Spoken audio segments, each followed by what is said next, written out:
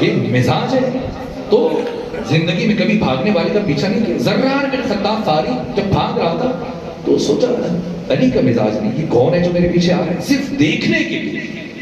زرار بن خطاب فاری موڑا تو جو پیچھے آ رہا تھا اس نے سمجھا شاید یہ مقابلے کے لیے گھوڑے, وہیں سے گھوڑے کو دوڑایا اور ختم مرتبت کے خیمے تک کانپتے کانپتے پہنچا.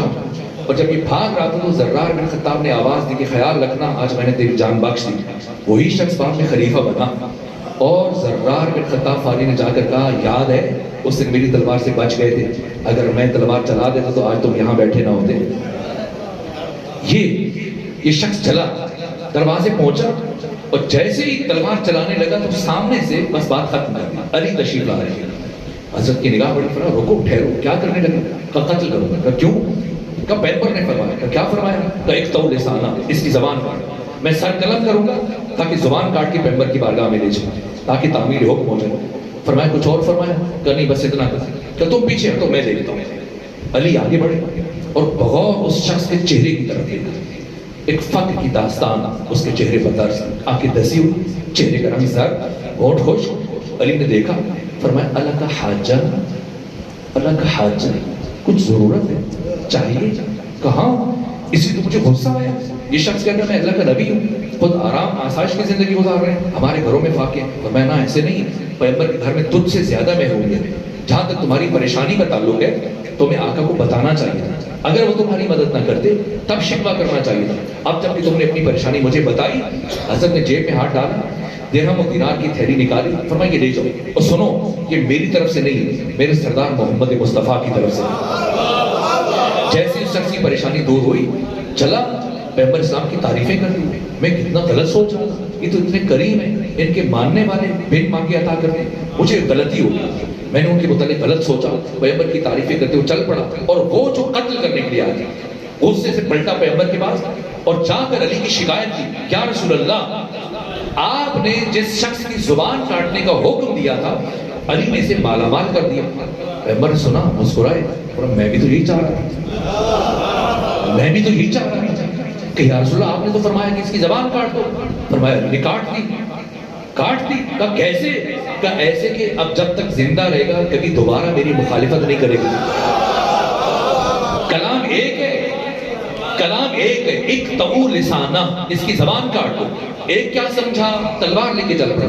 دوسرا کیا سمجھا؟ درہم و دینار عطا کر رہا. نتیجہ کیا ملا کہ اگر ہم نے کلام خدا اور کلام رسول کو علی اور علی کی اولاد کی زبان سے سمجھا تو یہ دین ہمارے لیے رحمت بن جائے گا. اور اگر اس دروازے کو چھوڑ کر کہیں اور سے ہم نے کلام خدا کلام رسول دین کو سمجھنے کی کوشش کی یا خود سے قرآن پڑھ کے سمجھنا شروع کیا کہ قرآن ہمیں سمجھ میں آ جائے گا تو یہ دین ہمارے لیے مصیبت بن جائے گا, ہمارے لیے دہشت گردی کا پیغام بن جائے گا. کربلا کیوں پیش آئی؟ اس لیے کہ علی اور اولاد علی کو چھوڑ کر بنو امیہ سے دین کو سمجھا جانے لگا. میں شرمندہ ہوں, میں پہلی مرتبہ حاضر ہوا اور آپ کو بہت زحمت دی. میں خود بھی جب یہاں بیٹھا تھا آواز سے مجھے محسوس ہو رہا تھا کہ سننے میں دشواری ہو رہی ہے, دقت ہو رہی ہے, تو آپ کو زحمت ہوئی. میں شرمندہ ہوں کہ میں نے طولانی گفتگو کی, لیکن بس 2 جملے مصیبت کے تاکہ مجلس مکمل ہو جائے. مجھ سے سید بزرگوار نے یہ خواہش کی کہ میں جناب اکبر کی شہادت کے چند جملے آپ کے سامنے آئے. میں پیغمبر اسلام کی بات کر رہا تھا. تاریخ انسانی, تاریخ عالم میں, تاریخ آدم میں, تاریخ خاتم میں, تاریخ بشر میں ساتھ ایک ختمی مرتبت کا نقش ثانی وجود مبارک علی اکبر. مؤرخ کے قلم میں اتنی صلاحیت نہیں تھی کہ وہ جناب علی اکبر کا تعارف پیش کرتا, اس لیے خود جناب حسین ابن علی نے آپ کا تعارف پیش کیا. جب علی اکبر کو روانہ کیا تو کوئی انسان اس قابل نہیں تھا کہ اسے گواہ قرار دیتے, اللہ کو گواہ قرار دیا. اپنی داڑھی کو بائیں ہاتھ سے لیا, دائیں ہاتھ آسمان کی طرف اٹھایا, تو کہا اللہم اشہد علی ہؤلاء القوم, پروردگار تو گواہ ہے, میں اس جوان کو میدان جنگ کی طرف روانہ کر رہا ہوں.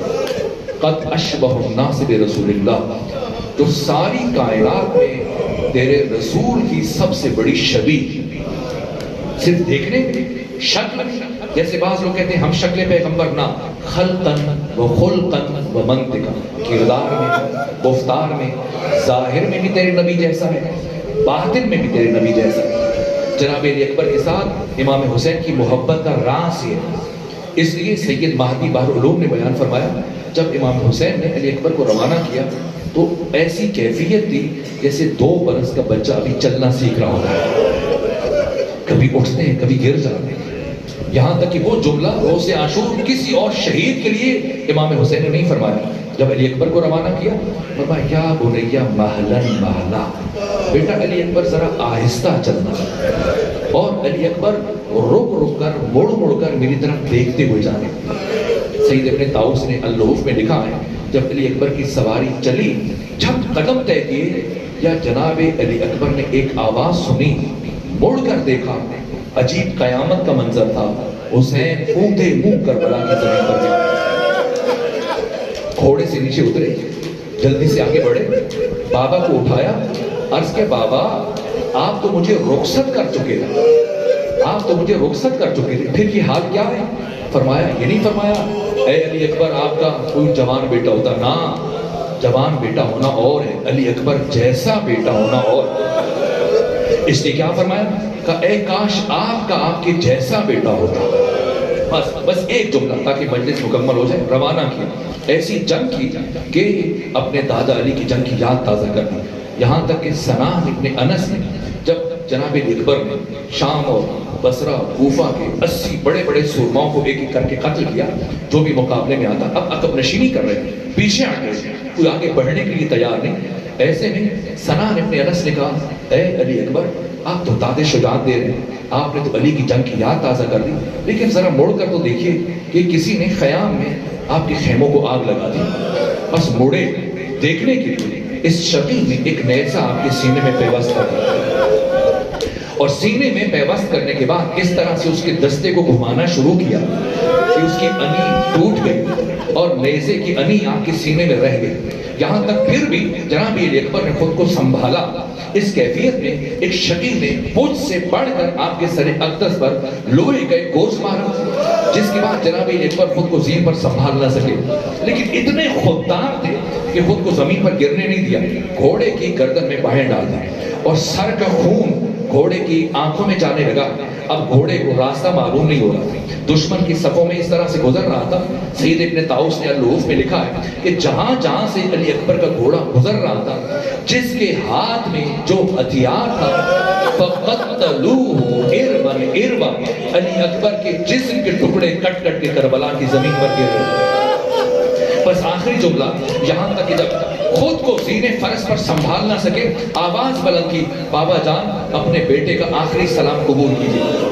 وہ حسین کے جو ہر شہید کی لاش پر تیر کی طرح سے پہنچے تھے، اس حسین کو علی اکبر کی لاش تک پہنچنے میں بڑی دیر لگ گئی، اس لیے کہ جب علی اکبر نے آواز دی تو حسین کبھی دائیں گر جاتے ہیں کبھی بائیں گر جاتے ہیں، پھر فرماتے ہیں بیٹا علی اکبر مجھے کچھ دکھائی نہیں دے رہا، علی اکبر مجھے آواز دو تاکہ تمہاری آواز کے سہارے تمہاری لاش تک پہنچ سکوں۔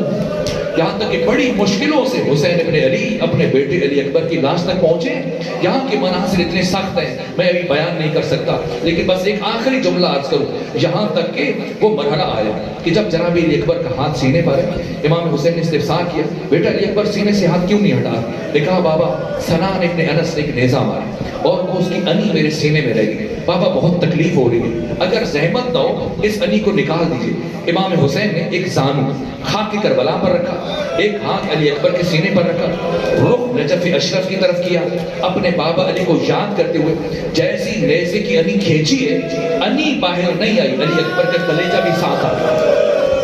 اب امام حسین کی جسم میں جان نہیں ہے، کتنی مرتبہ اٹھانا چاہا، 72 کی لاشیں اٹھانے والے حسین علی اکبر کی لاش نہیں اٹھائی جا رہی ہے، یہاں تک کہ جب در خیمہ سے ثانیہ زہرا نے یہ منظر دیکھا کہ میرے بھائی حسین سے علی اکبر کی لاش نہیں اٹھائی جائے گی، تو اب بنو ہاشم کے چھوٹے چھوٹے بچوں کو روانہ کیا، جاؤ امام وقت کی نصرت کرو۔ یہ چھوٹے چھوٹے بچے میدان کربلا میں واہ علیہ واہ محمدہ واہ حسینہ کہتے ہوئے پہنچے، سب نے مل کر علی اکبر کی لاش کو اٹھایا۔